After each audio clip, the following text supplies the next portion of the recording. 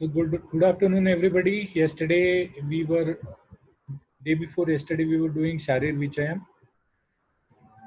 Let me just set this a little bit.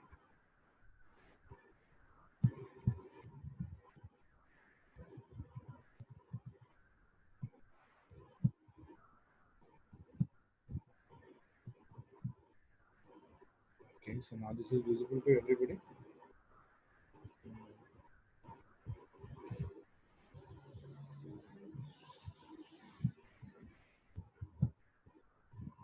Now let me.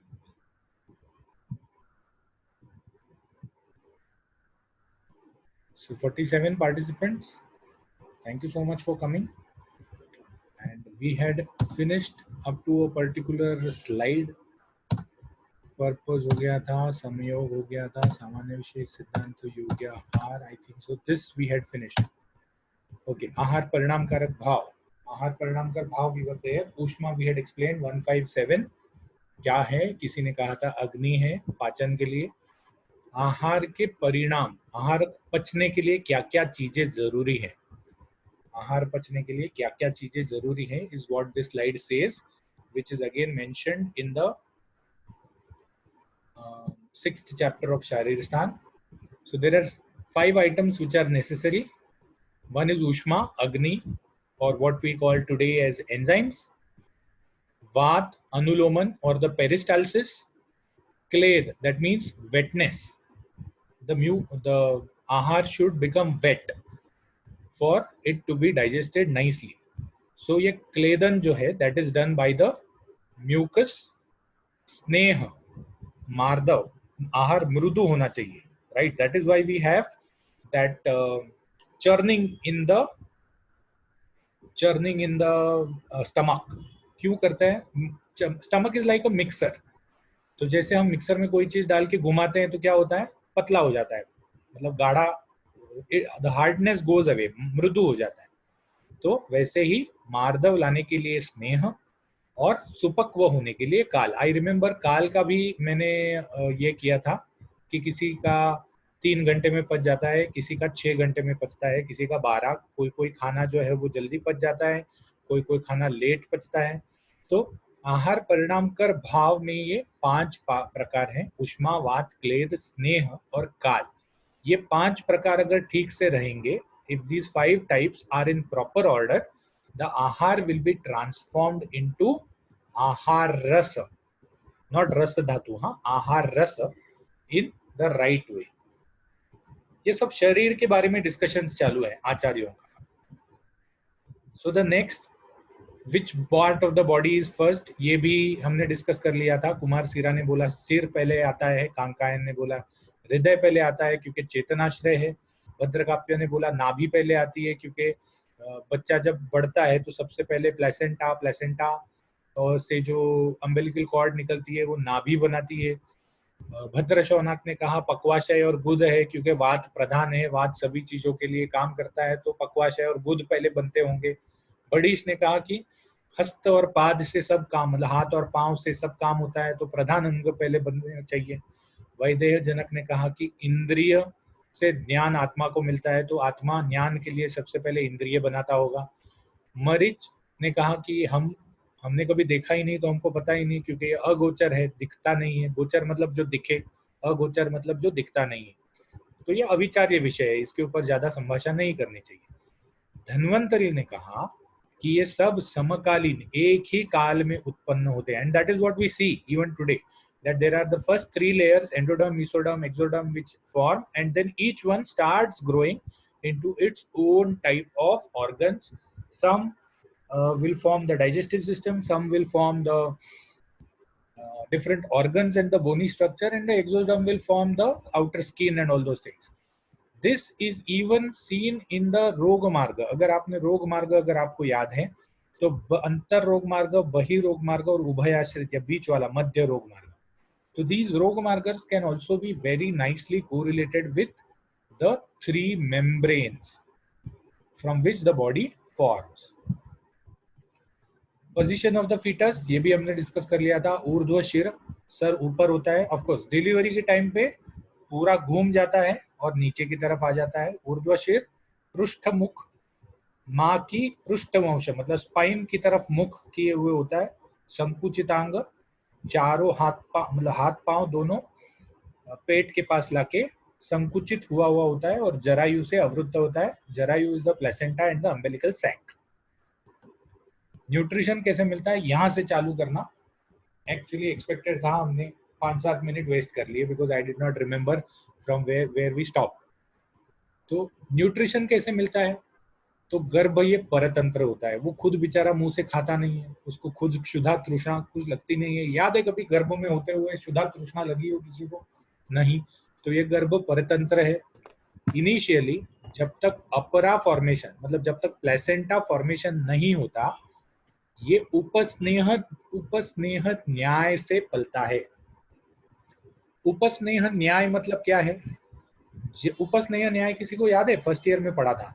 उपस्नेह के न्याय का मतलब है कि जैसे नदी से थोड़ी दूर जो वृक्ष लगा हुआ होता है, उसको नदी का पानी नहीं मिलता डायरेक्टली, लेकिन फिर भी वो पानी से पुष्ट होता है क्योंकि बाजू बाजू में नदी होती है। तो जैसे सीपेज, उपस्नेहन मतलब सीपेज, जैसे घड़े के बाहर रखा हुआ कपड़ा जो है वो गीला हो जाता है। क्यों? तो अंदर से पानी, वो पानी से डायरेक्टली कांटेक्ट में नहीं आता, लेकिन घड़े के अंदर का पानी धीरे धीरे धीरे धीरे बाहर आता है और वो कपड़ा गीला हो जाता है। वही उपस्नेह न्याय है। उसको न्यूट्रिशन डायरेक्टली नहीं, अपरा जब तक फॉर्म नहीं होती, अपरा is placenta and the umbilical cord, तो जब तक अपरा फॉर्म नहीं होती उसको डायरेक्टली न्यूट्रिशन नहीं मिलता। लेकिन जो इंटरनल लाइनिंग है गर्भाशय की, उस इंटरनल लाइनिंग पे वो चिपक के रहता है गर्भ, तो इंटरनल लाइनिंग से वो अपना न्यूट्रिशन, अपना पोषण एक्सट्रैक्ट करता है, लेते रहता है। तो अपरा फॉर्मेशन तक उपस्नेह न्याय से होता है, और जब अपरा और बाकी सब गर्भ के पार्ट्स फॉर्म हो गए तो फिर डायरेक्टली अम्बिलिकल कॉर्ड से खून आता है, जिससे माता का रस रक्त अम्बिलिकल कॉर्ड से सर्कुलेट होता है और उसको न्यूट्रिशन मिल जाता है। तो आचार्य ने कहा कि whatever nutrition the female takes during her गर्भित पीरियड, मतलब जब वो प्रेग्नेंट है, तो जो भी खाएगी उस न्यूट्रिशन के 3 पार्ट्स होंगे। एक पार्ट खुद के लिए, माता का शरीर भी तो पुष्ट होना जरूरी है, तो एक पार्ट खुद के लिए, एक पार्ट फीटस मतलब बच्चे के लिए, और एक पार्ट मिल्क या दूध के लिए, स्त्री का जो दूध आने वाला है बाद में डिलीवरी के बाद, तो उसके लिए। So nutrition is divided into 3 parts. Nutrition during pregnancy, one part is for the own body, one part is for the body of the fetus, and the last part is for generation and development of milk glands or milk. प्रसव कैसे होता है? तो गर्भ कैसे बताया है? ऊर्ध्व शिर बताया, इसके 2 स्लाइड पहले ऊर्ध्व शिर बताया है। लेकिन जब प्रसव का समय आता है तो क्या हो जाता है? After completion of the time of the प्रसव, टाइम ऑफ द गर्भावस्था, द प्रसव टर्न्स हेड डाउन, सर घूम जाता है और फीमेल के पेल्विस में एंटेंगल हो जाता है। ऑफ कोर्स यहाँ पर आचार्यों ने पेल्विस वगैरह ये सब वर्ड्स नहीं यूज किए हैं, उन्होंने सिर्फ इतना ही कहा है कि गर्भ घूम जाता है, अधोशिर हो जाता है और श्रोणी में एंटेंगल हो जाता है। उसके बाद वात देन पुशेस इट डाउन। फिर क्या होता है? गर्भाशय में कॉन्ट्रैक्शंस चालू हो जाते हैं, uterine contraction starts. Who is responsible for uterine contraction? वात। तो वात के वजह से वात उसको बाहर निकालने का कोशिश करता है। अगर आपको फर्स्ट ईयर से वात के कर्म याद हो, वायु यंत्र तंत्र धरा, तो उसमें वायु का एक कर्म ये भी बताया है कि गर्भ को निकालना। तो कॉन्ट्रैक्शन इंड्यूस होते हैं, वात से गर्भ पुश डाउन होता है, और यही स्वाभाविक है और यही प्राकृत है। मतलब इसको कहते हैं cephalic orientation. In modern medicine और in allopathic medicine we consider this as the cephalic presentation. What do you mean by presentation? Presentation is how the garbha or which part of the garbha comes out from the vagina first. ठीक है? तो if you see deliveries, मेरे हिसाब से you can see most of the deliveries in YouTube if everybody of you is 18 years plus, because all these videos are only for 18 years plus. तो ये deliveries आप YouTube पे देख सकते हो. There are around 4 to 5 types of presentation. One is cephalic presentation. Cephalus means head, गर्भ का सर पहले बाहर आता है, दैट इज सिफेलिक प्रेजेंटेशन.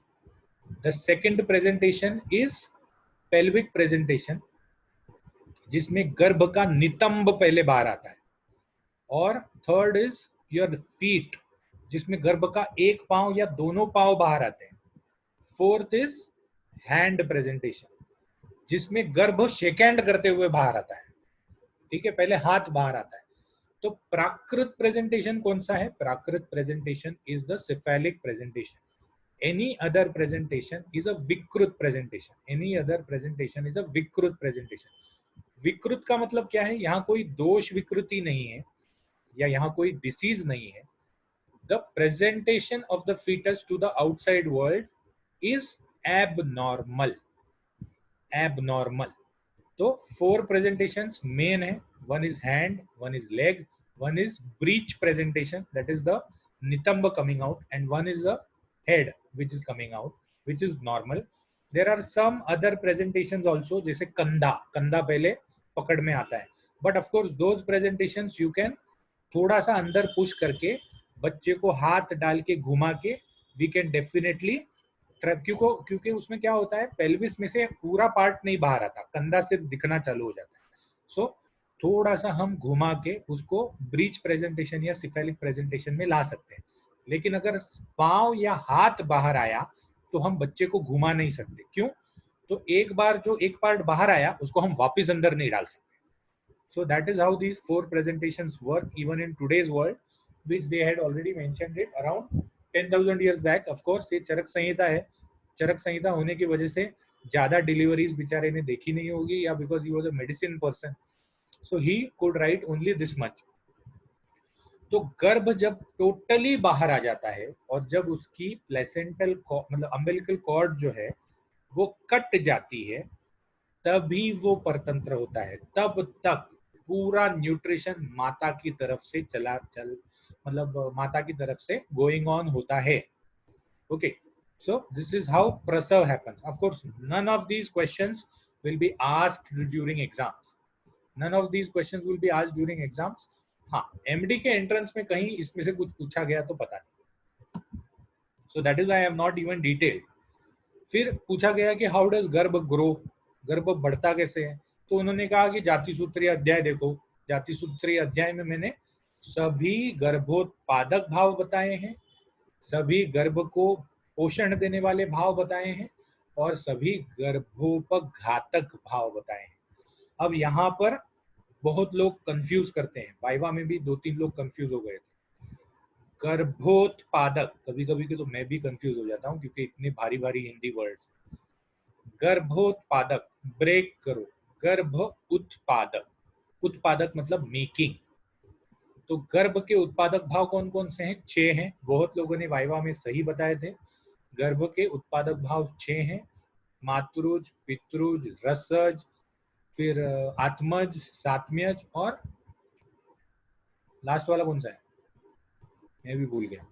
मातृज, पितृज, रसज, आत्म्यज, आत्मज, सात्म्यज, और एक सत्वज. Correct correct correct. You have studied भाई, कांग्रेचुलेशन. तो मैं भूल गया था, सॉरी. क्या है, कभी कभी लेक्चर में एकदम इसमें चला जाता हूँ ना, बहुत डायनामिज्म में, तो ऊपर का सब उड़ जाता है. तो गर्भोत्पादक भाव, गर्भ के उत्पादक भाव, और गर्भोपघातक भाव. घातक पिक्चर देखा है? ये घातक किसका पिक्चर था? सनी देओल का. सनी देओल का घातक पिक्चर था जिसमें वो सब विलन लोगों को एक एक करके मार देता है. तो घातक, घातक मतलब मारना. हाँ हाँ करेक्ट. तो घातक मतलब मारना. तो गर्भोपघातक मतलब गर्भ को मारने वाले भाव. कभी कभी हम गर्भोत्पादक पूछते हैं और हम गर्भोपघातक भाव लिख देते हैं. उसके बाद गर्भ मरता कैसे है? तो वो भी उन्होंने बोला कि गर्भोपघातक भाव हमने ऑलरेडी ऑलरेडी हमने जाति सूत्रीय अध्याय में बता दिया है। और फिर उन्होंने एक छोटे से झाड़ का एग्जाम्पल दिया कि झाड़ को उगने के लिए जैसे ऋतु क्षेत्र और अंबु बीज लगता है, वैसे ही ऋतु क्षेत्र और अंबु बीज ठीक तरह से रहने से गर्भ उत्पन्न होता है। और इसी किसी भी जगह से, किसी भी जगह में अगर कोई तकलीफ होती है या कोई कमी होती है तो गर्भ मर जाता है। Now at this point we have 55 participants. What we have been told is to do an online attendance. The attendance का जो ये है क्या कहते हैं उसको, link, that will be open for only 45 seconds and everybody here will be given the link for attendance. Link मैं अभी चैट बॉक्स में डाल रहा हूं, आपको आ जाएगा। So all those 55 people kindly, ये क्यों नहीं आ रहा है ऑल्ट एच,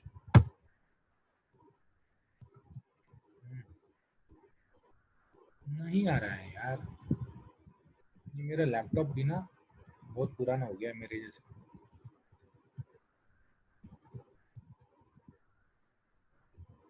चैट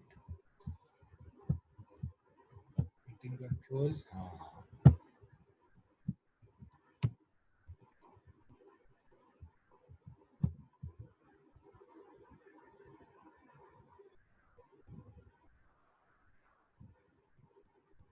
अरे अटेंडेंस लेते हैं तो कोई एक आदमी चला गया, ऐसा क्यों? अटेंडेंस में तो सबको प्रेजेंट होना चाहिए। हाँ आ गया वापस।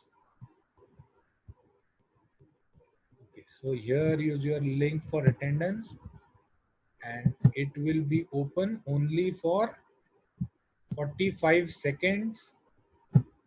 ये रहा आपके सामने। सबको चैट बॉक्स देखने को तो आता होगा ना, मैंने लिंक पोस्ट कर दिया। आप चैट बॉक्स की लिंक पे क्लिक कर सकते हैं, क्लिक करके अपना अटेंडेंस मार्क कर सकते हैं, फिर वापस मीटिंग में आ सकते हैं।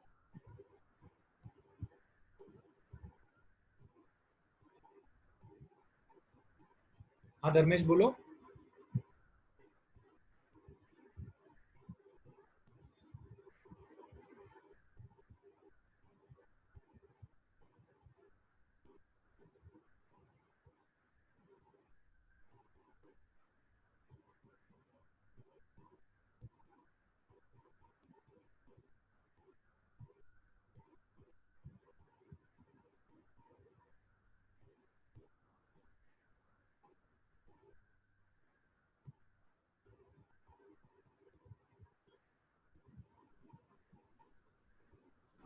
Hello sir. हाँ बोलो।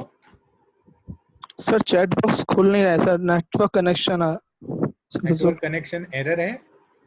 हाँ सर। तो आप 46 सर मेरा। 46, ठीक है मैं मार्क कर यस देता सर। हूँ, मार्क कर देता हूँ, don't worry. Thank you sir.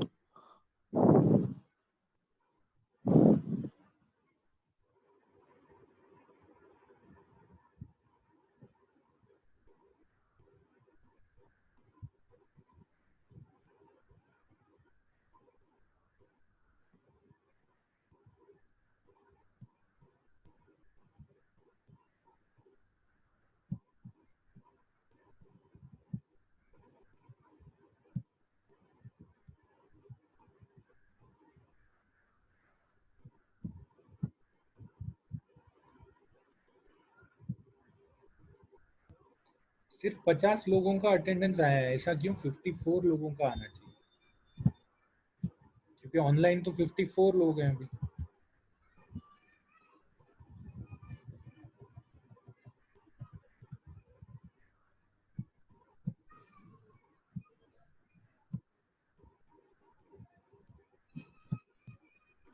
अरे भाविक चौहान, तुम्हारा रोल नंबर क्या है?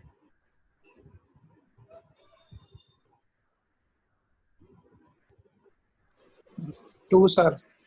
2 है। और प्रदीप चौधरी का? 9। तो उसने 2 डाला है।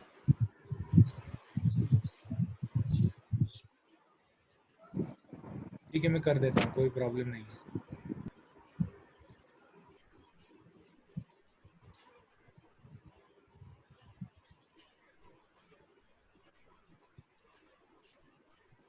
देखो मैं अटेंडेंस ये करके बताता हूँ, 2 नंबर आ गया, 7 नंबर आ गया, इसके बीच में कोई है 9 नंबर आ गया।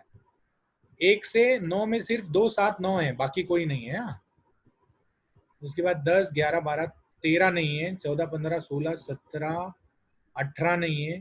सर 6 है, एक मिनट। हाँ सर हाँ 6 आ 4 गए। अच्छा अच्छा, सुनो सुनो, ये तुम लोग जब नंबर डालते हैं ना तो 0, 1 मत डालना। सर 4 हाँ, नंबर जब डालते हैं ना 1 to 9 वाले नंबर जब डालते हैं ना तो 0, 1 मत डालना, सिर्फ 1, 2 ऐसे डालना। 4 आ गया था, 6 आ गया था, 5 भी आ गया सर था, 5 5 भी आया है, 5 भी आया है। तो क्या है उसमें सबसे नीचे चले जाते हैं वो, डेटा सॉर्ट, कितने रिस्पॉन्सेज आ गए हैं देखो।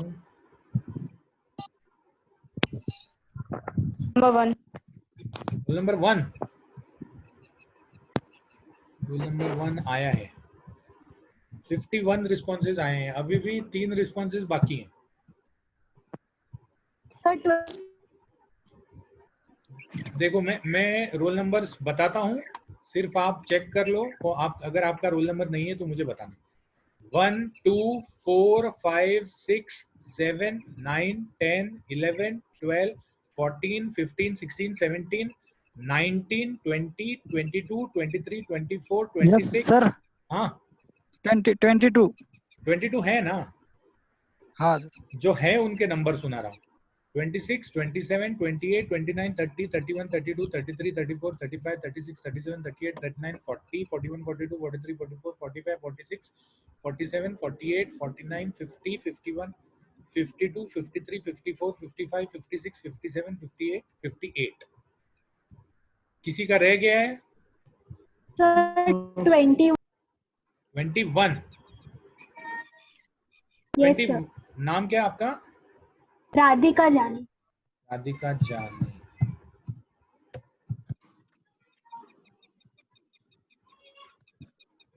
और किसी का रह गया है? 46 हो गया Aman Ali. Okay sir. Okay चलो हम अभी इस रिस्पॉन्स को क्लोज कर देते हैं। 53 रिस्पॉन्सेज आए हैं और no more accepting. We will close this and we will continue with our resume share.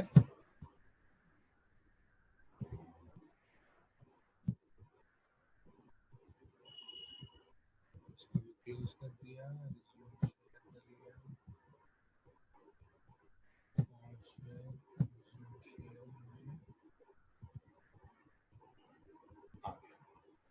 Okay तो व्हाट कॉजेज गर्भ टू डाई हो गया था? रोगोत्पत्ति के कारण। रोगोत्पत्ति के क्या क्या कारण बताए हैं आचार्य ने इस अध्याय में?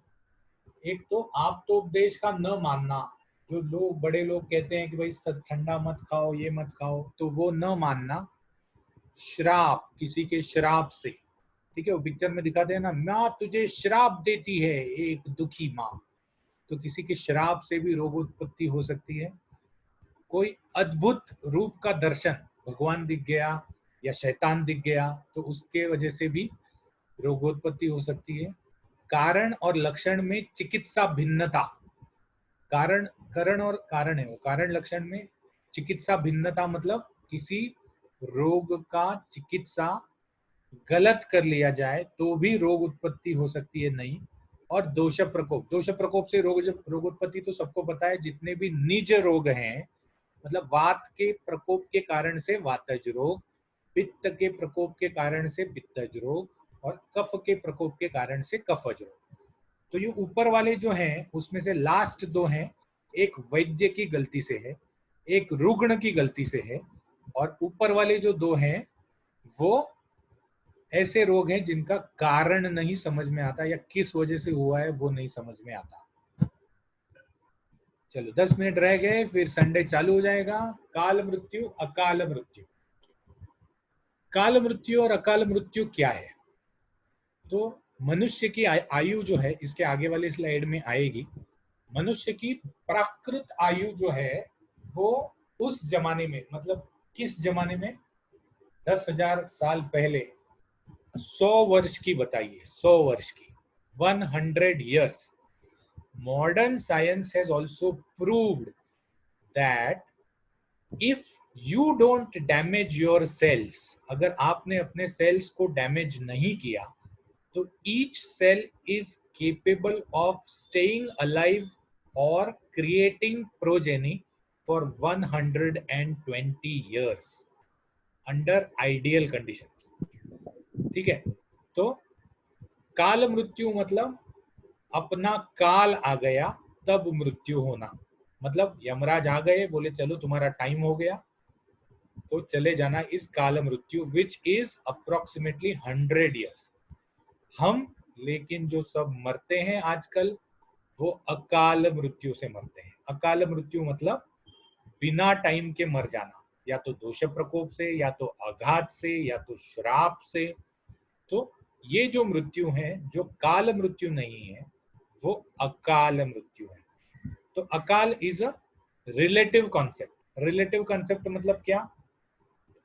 अब कोई किसी के भाग्य में 80 साल की उम्र लिखी और वो एकदम अभी 34 साल का है, उसके भाग्य में 80 साल की उम्र लिखी है, और बेचारे को कोविड हो जाता है, जनपदोध्वंस में घिर जाता है, हॉस्पिटल में चले जाता है, हॉस्पिटल में नर्स नहीं है, डॉक्टर नहीं है, ऑक्सीजन देने वाला कोई नहीं है, दवाई गलत दे दिया, तो दैट इज अकाल मृत्यु. उसकी मृत्यु नहीं थी लेकिन अकाल मृत्यु. नॉट ओनली इन जनपदोध्वंस, सिर्फ जनपदोध्वंस में ही नहीं, लेकिन इवन इन एक्सीडेंट्स. रास्ते पे देखा नहीं, मोबाइल पे खेलते खेलते चल रहा है, ट्रक आया ले गया, तो दैट इज ऑल्सो अकाल मृत्यु. या तो प्रज्ञापराध से, या तो जनपदोध्वंस से, या तो अपनी बुद्धि से दोष प्रकोप करवाकर. तो इंपॉर्टेंस ऑफ अकाल क्या है? इंपॉर्टेंस ऑफ अकाल ये है कि दैट इज अ प्रिवेंटेबल मृत्यु. काल मृत्यु इज नॉट प्रिवेंटेबल, अकाल मृत्यु इज प्रिवेंटेबल. और अगर अकाल मृत्यु प्रिवेंटेबल नहीं होता तो शास्त्र में जितने भी उपदेश बताए हैं, असात्मी इंद्रियार्थ संयोग, प्रज्ञापराध, फिर ऋतुचर्या, दिनचर्या, स्वस्थ वृत्त, सदवृत्त, ये जो भी शास्त्र के उपदेश हैं, ये शस्त्र नहीं है, शास्त्रोपदेश हैं, वो सब निरर्थक हो जाएंगे, वो फालतू होंगे, क्योंकि आयु नियत है. तो इसलिए काल मृत्यु है. और काल मृत्यु किससे डिटरमाइन होता है? कर्मफल से. क्योंकि अगर अकाल मृत्यु या मृत्यु का काल नहीं है ऐसे अगर पकड़ा जाएगा तो कर्मफल का कोई यूज ही नहीं होगा. मैंने अच्छे काम किए हैं. अब बॉम्बे में मेरे पहचान वाले बहुत सारे डॉक्टर मर गए. बहुत सारे डॉक्टर मर गए. तो हम, या फिर एक किस्सा सुनाता हूँ. मेरा एक डॉक्टर फ्रेंड था जिसने 3rd ईयर के बाद ही प्रैक्टिस चालू किया. वो इंटर्नशिप भी उसने कंप्लीट प्रैक्टिस करते करते ही किया. तो वो जो है, एक मिनट में पहले देख लूं कितना बाकी है. मेरे हिसाब से ये लास्ट स्लाइड है, राइट? तो हम किस्सा सुन सकते हैं. ओके. तो वो जो है वो 3rd ईयर में प्रैक्टिस करता था, और 3rd ईयर में ही उसका जो प्रैक्टिस था वो आईवी प्रैक्टिस था. आईवी प्रैक्टिस मतलब जो आएगा उसको आईवी चढ़ा देने का, इंट्रावीनस फ्लूइड चढ़ा देने का, कुछ भी बोल के कि तुमको थकान है, तुम्हारा शरीर दुर्बल है, तुमको ज्यादा ये हो गया वो हो गया. क्यों? तो अगर गोली देगा तो सिर्फ 30 रुपए मिलेंगे, लेकिन अगर आईवी चढ़ाएगा तो 600 रुपए मिलेंगे. तो ऐसा वो पैसा बहुत कमाया उसने, पैसा बहुत कमाया. लेकिन और उसको बिल्कुल भी शर्म नहीं होता था. वो आके हमको हॉस्टल में समझाता था कि देख आज मेरे पास क्योंकि हम सब 3rd ईयर में पढ़ते थे तो एक साथ ही रहते थे. वो शाम को दवाखाना चलाता था, शाम सुबह भी चलाता था, कभी कभी लेक्चर बंक करके. तो वो बोलता था कि देख आज मेरे पास सुबह एक पेशेंट आया, उसको जुलाब हो रहा था, थोड़ा सा 2-3 जुलाब हो रहा था. मैंने उसको बोला कि तुमको जुलाब ज्यादा है, तुम आईवी लगा लो. तो उसने बोला नहीं डॉक्टर साहब 2 ही जुलाब हुए हैं, इतना ये नहीं लग रहा है, थकान नहीं लग रहा है, आप मेरे को गोली ही दे दो. तो फिर मैंने गोली दे दिया उसमें. और सुबह की गोली में मैंने डल्कोलैक्स इज अ लैक्सेटिव, मतलब वो पहले ही अतिसार से पीड़ित है, उसको डल्कोलैक्स का 2 गोली और डाल के दे दिया. क्यों? बोला रात तक साले को 10-12 जुलाब हो जाएगा, झक मार के आएगा आईवी लगा. ठीक है. So this is how a doctor should not work. This is how a doctor should not work. उसने इतने टाइम में क्या जमा कर लिया? मतलब उसने हम लोगों से 5 साल ज्यादा प्रैक्टिस किया है. क्योंकि उसने 3rd ईयर में ही चालू किया, हमने तो 5 साल लेट चालू किया। 5 साल ज्यादा प्रैक्टिस करने के बावजूद बहुत सारा, आज मेरे पास सादा गाड़ी नहीं है, वो तो पजेरो लेके घूमता था, ठीक है, लेकिन आज की तारीख में क्या हुआ, कोविड से मर गया। सो दिस इज व्हाट, ये कर्म फल जो है ना बहुत इंपॉर्टेंट है। ऑफ कोर्स किसी किसी का कहना ये है कि कर्मफल सिर्फ मन को लुभाने के लिए बोला गया है, कर्मफल जैसा कोई चीज होता नहीं है, जो है यहीं पे है, फायदा करो चोरी करो, तो दैट इज अपना अपना लेना देना। लेकिन अगर हम कर्मफल में विश्वास रखते हैं तभी हम काल और अकाल मृत्यु को डिस्क्राइब या डिफरेंशिएट या ये कर सकते हैं, एक्सप्लेन कर सकते हैं। तो आज का लास्ट स्लाइड, कलयुग में 100 साल का काल मृत्यु बताया है।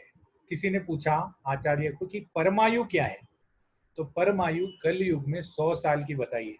आज की तारीख में क्या है, आज की तारीख में मनमोहन सिंह की सरकार थी तब तक 64 थी, और मोदी जी की सरकार आने के बाद 68 हो गई है एवरेज आयु। लेकिन इसमें मोदी जी का कोई लेना देना नहीं है, that is because development in medicine. तो आज की तारीख में average Indian lives for 64 years and average Japanese lives for 78 years.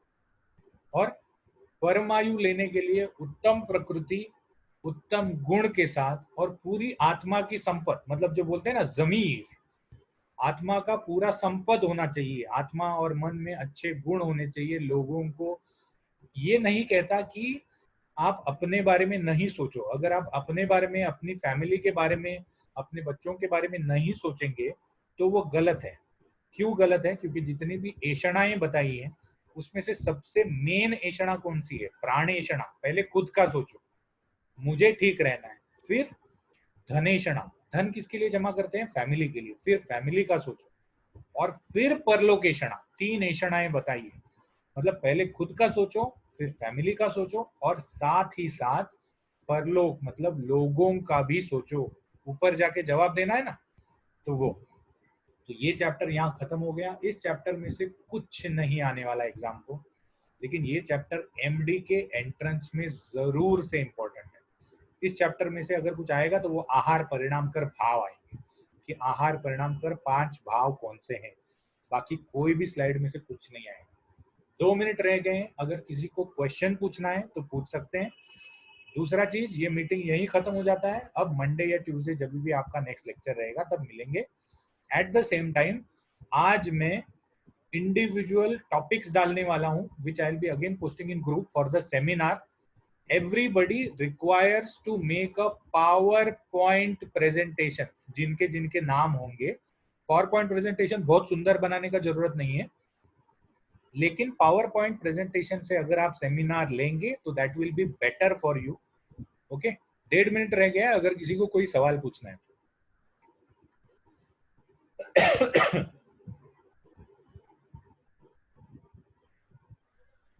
Very good, so nobody wants to ask any questions? तो जितने आई एम, अच्छा धर्मेंद्र बोलो। धर्मेंद्र कुछ, किसी को सर कुछ, हाँ बोलो। ये तो जो अभी ईमेल आईडी तुमने जो भेजा था लिंक, वो खुल नहीं रही थी, इसलिए किया था। 22 नंबर ना? हाँ हाँ, तुम्हारा है ऑलरेडी, तुम्हारा है ऑलरेडी, ठीक है। So all the best, study, थोड़ा सा संडे पे स्टडी करना, थोड़ा सा एंजॉय करना। Bye bye.